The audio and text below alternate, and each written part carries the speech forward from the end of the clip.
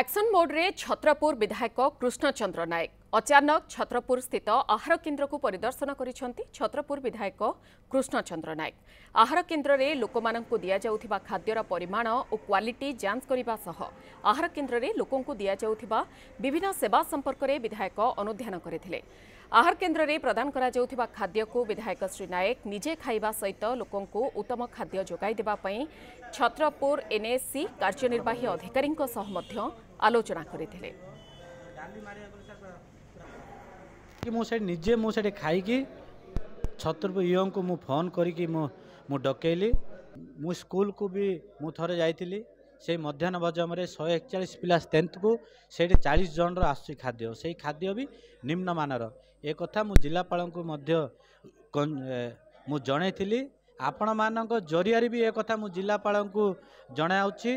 आउ एक कथा मु राज्य सरकार पाखे मु एक कथा विधानसभा भी उठेबी जेहेतु खाद्य निम्न मानर होची।